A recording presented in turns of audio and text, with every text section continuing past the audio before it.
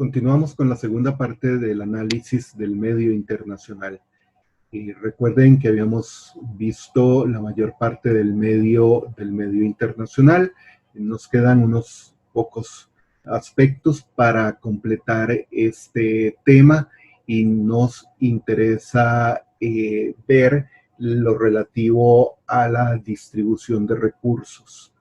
En la medida en que se considera que la posesión de recursos constituye un elemento de riqueza entre los estados. Y la riqueza es un factor esencial del poder. Ese es uno de los supuestos en materia de la geopolítica. Decir que hay recursos potenciales que hay que transformarlos en recursos de poder. O sea, en la existencia de un recurso, por ejemplo, de un mineral estratégico o del petróleo por sí solo no constituye un recurso de poder, constituye un recurso natural que requiere una transformación para convertirse en un recurso del poder. Hay recursos potenciales que pueden convertirse en recursos reales, pero se requiere decisión política y se requieren otro tipo de acciones.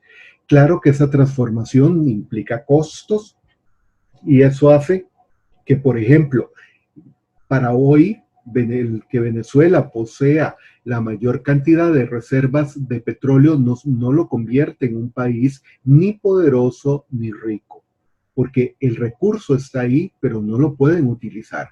Ahora hay problemas de transferencia de capitales, de técnicas también para explotar esos recursos. Entonces, por sí solo el recurso no constituye un elemento del poder.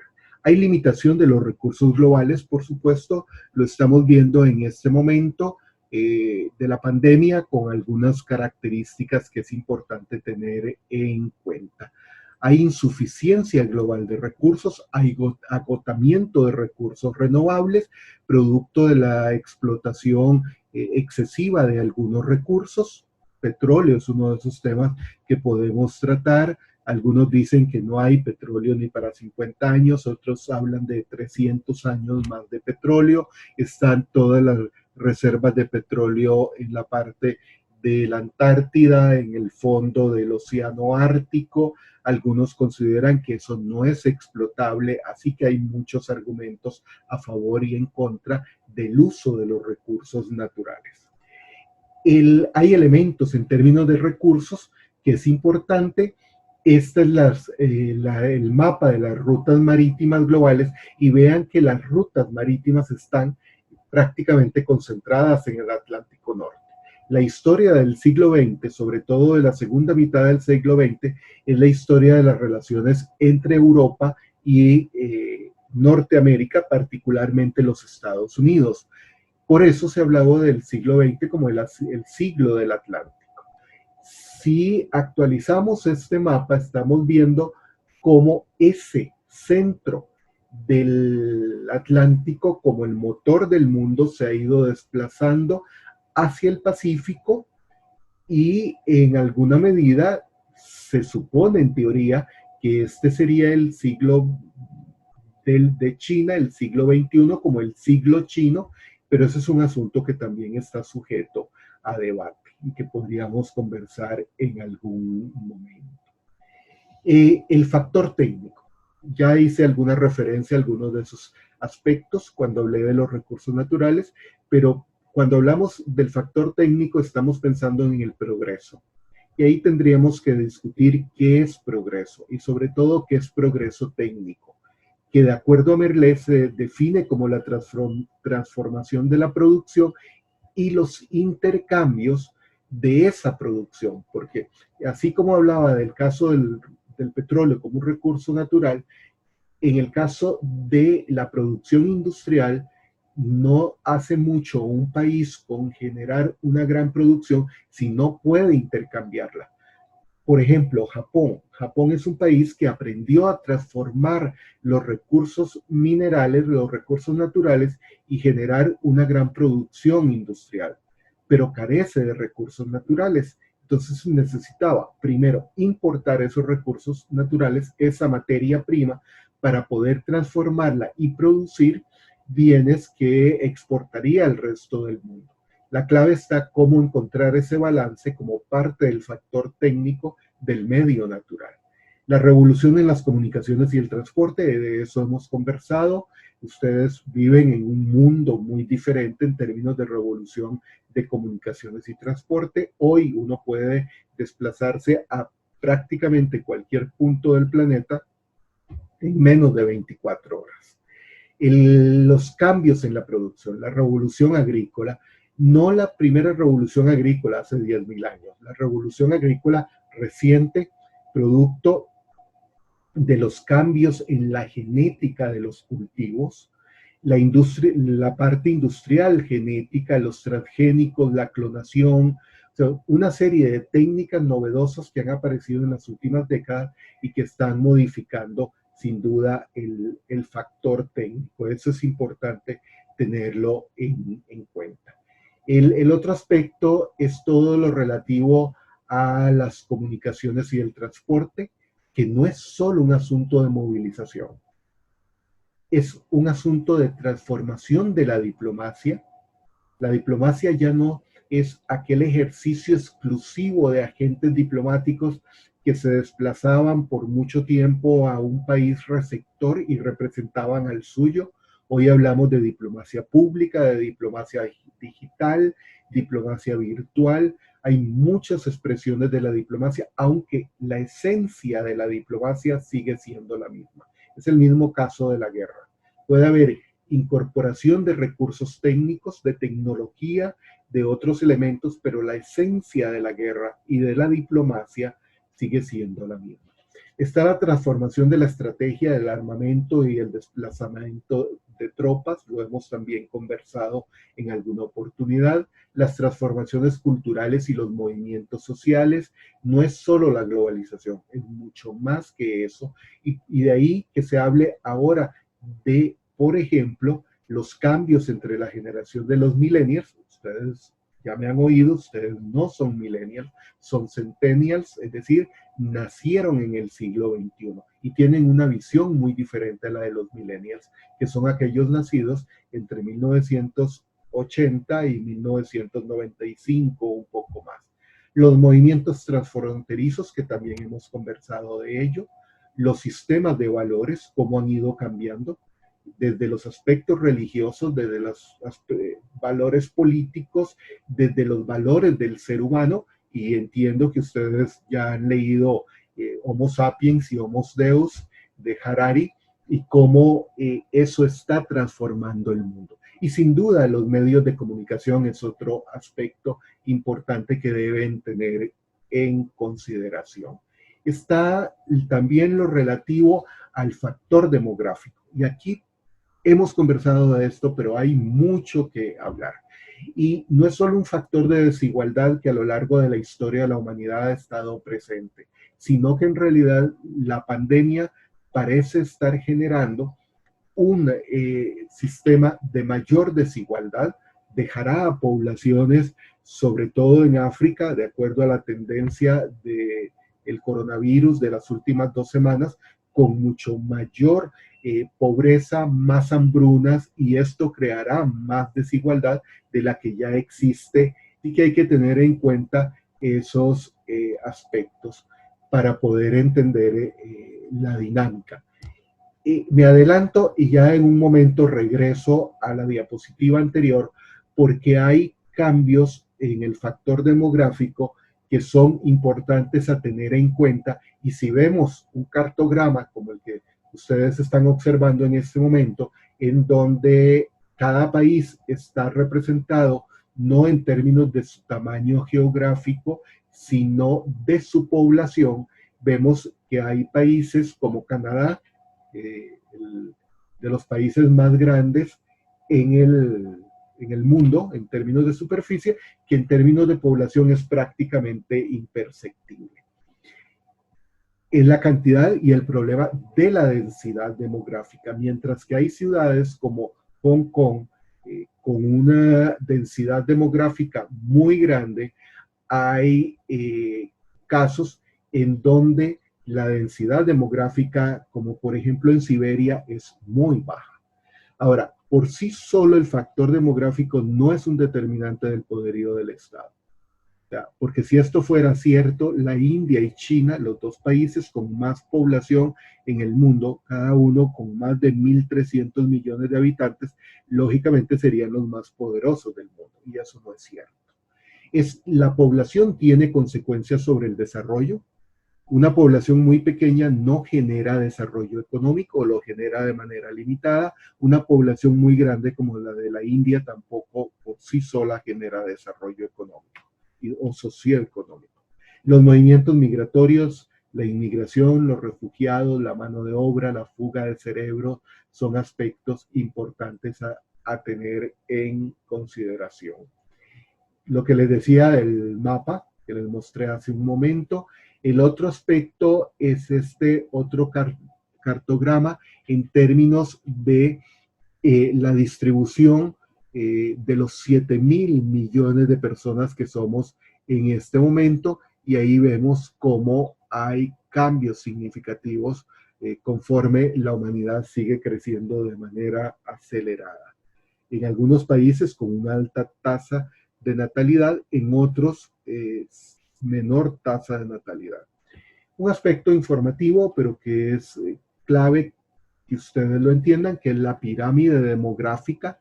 La pirámide demográfica natural tiene esta conformación, una base de 0 a 4 años y de 5 a 9 años muy amplia, y una parte superior muy estrecha con poblaciones de 75 a 79 años y superior. En ese sentido, vean detalles que demuestran que las mujeres viven más que los hombres. El problema está no en la pirámide natural demográfica, sino en cómo esta pirámide natural demográfica se ha ido modificando. Es el caso, por ejemplo, de Italia, en donde la base de esa pirámide es cada vez más estrecha y la parte superior se ensancha. Esto haría que en el caso de Italia en algún momento la pirámide se invirtiera, y eso es un problema serio para la economía, porque en términos de la población económicamente activa significa que la base es muy pequeña, no hay suficiente gente que produzca la riqueza necesaria para mantener a la población adulta mayor. Entonces, ahí hay cambios que debemos entender, de ahí que el factor demográfico sea un factor condicionante del medio. Otro aspecto del factor demográfico que lo observamos aquí es la parte étnica. Como en esta zona de Asia Central, Kazajstán, Uzbekistán, Turkmenistán y, como les dije en la primera sesión de esta grabación, el que ustedes tengan claro a dónde están ubicados los países es fundamental para cuando se establecen este tipo de análisis.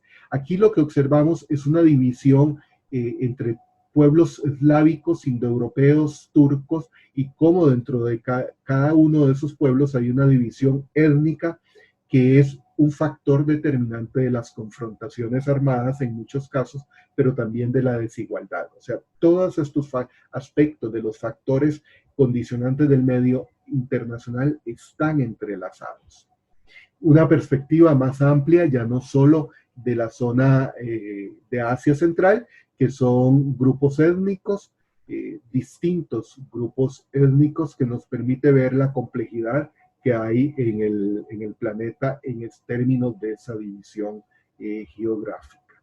Está la parte relativa al factor económico, y ahí no es solo la producción interna bruta, el PIB, o el Producto Nacional Bruto, que es toda la producción que generan todas las empresas de un país, no importa si están en el territorio de ese país o en cualquier lado.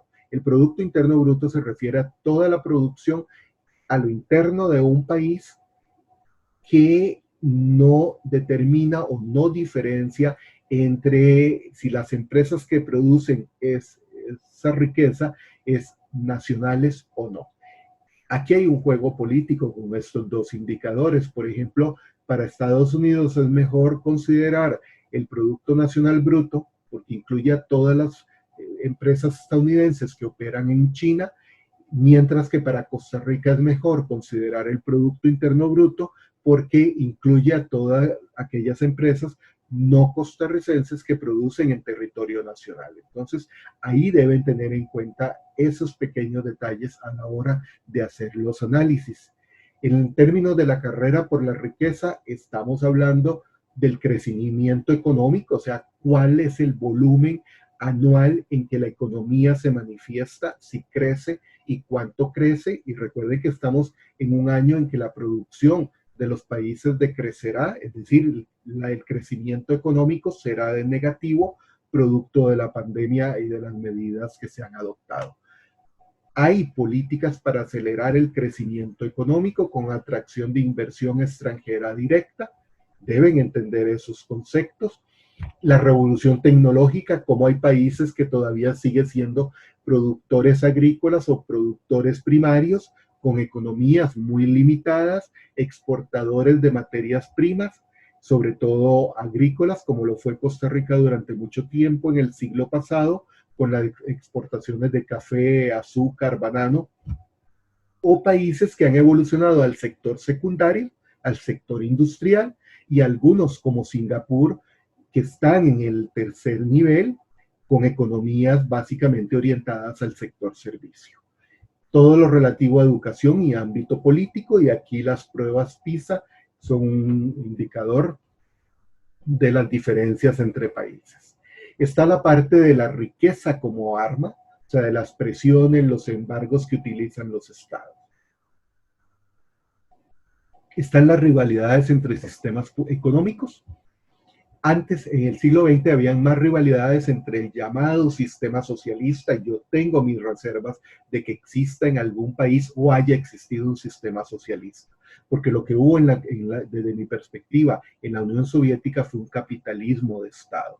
Lo que vemos hoy en China es un capitalismo de Estado en términos salvajes, o sea, de sobreexplotación de la mano de obra en función del interés del Estado y no de la sociedad. Pero ahí hay también mucho que hablar sobre esos temas.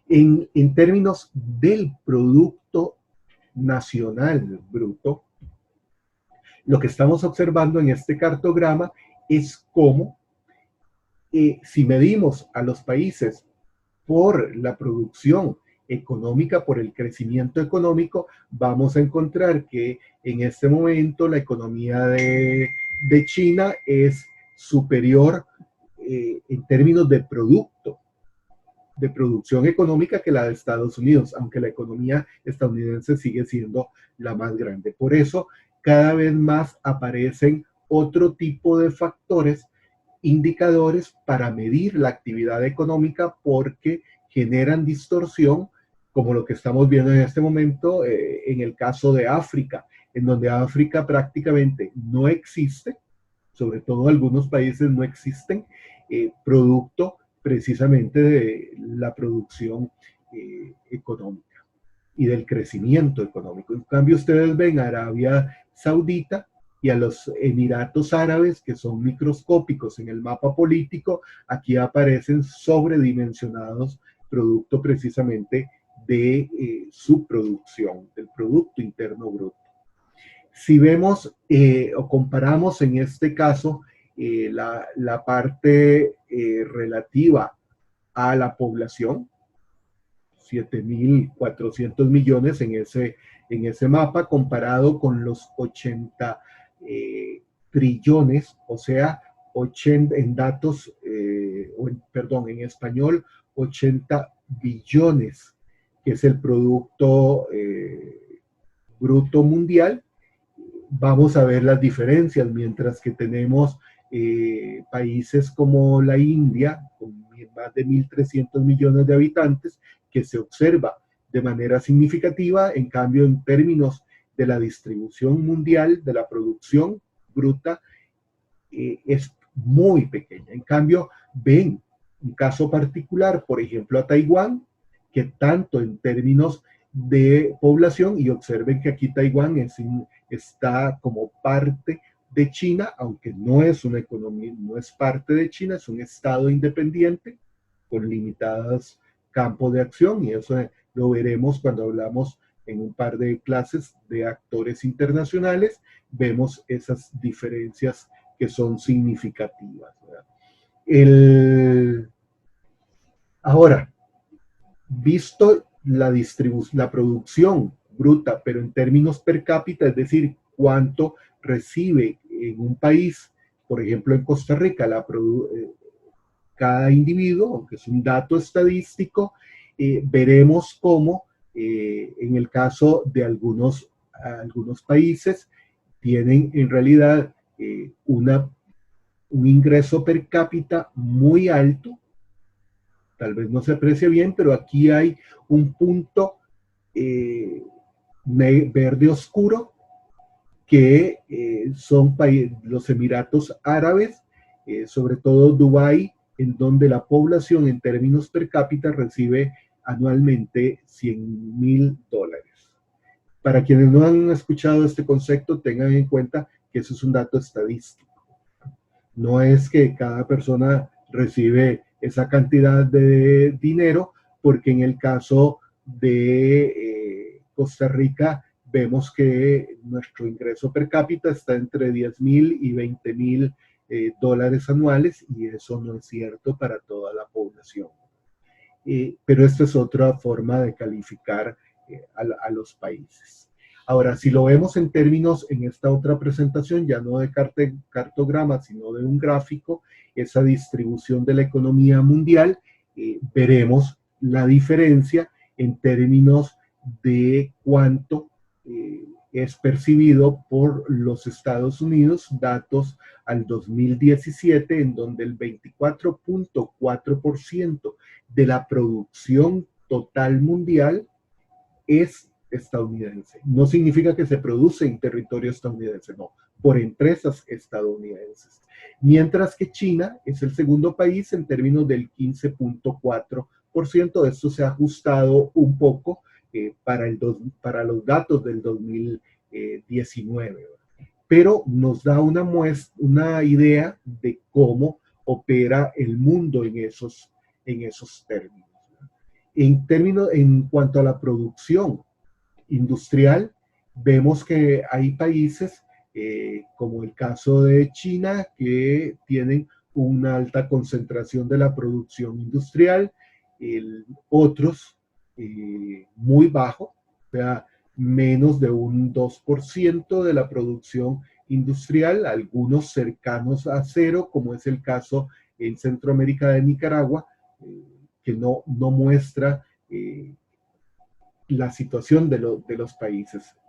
El análisis de este factor, ¿cómo lo veríamos? En términos de integrar todos estos indicadores. Cuando vemos la clasificación, por ejemplo, del Banco Mundial en términos del ingreso de los países, vemos los países de ingreso alto, que son OECD. Recuerden que para los efectos de esta estadística, si la actualizamos a este año, no tenemos datos 2020, pero Costa Rica estaría dentro de esta categoría en la medida que ya es miembro de la OECD. El factor ideológico, que es el último factor que vamos a ver en esta presentación, se refiere a la conducta de los actores dirigida por representaciones de los hechos. En ese sentido, si ustedes revisan el trabajo de Merle, básicamente está hablando de las dos grandes ideologías. Recuerden cuando escribe el autor el libro, hablando de las dos grandes ideologías del siglo pasado, capitalismo, socialismo, o capitalismo, comunismo, democracia, dictaduras, todas las clasificaciones que ustedes quieran hacer. Hoy no es que no existan ideologías, pero no se está hablando de las grandes ideologías del siglo pasado. Estamos hablando de las ideologías como conducta de los actores dirigida por representaciones de los hechos. Son básicamente representaciones políticas. Ya ustedes han escuchado el concepto de realpolitik, de la conducta en función de los intereses de los actores, de la política en el sentido más dura de obtención del recursos de poder para lograr los actos concretos.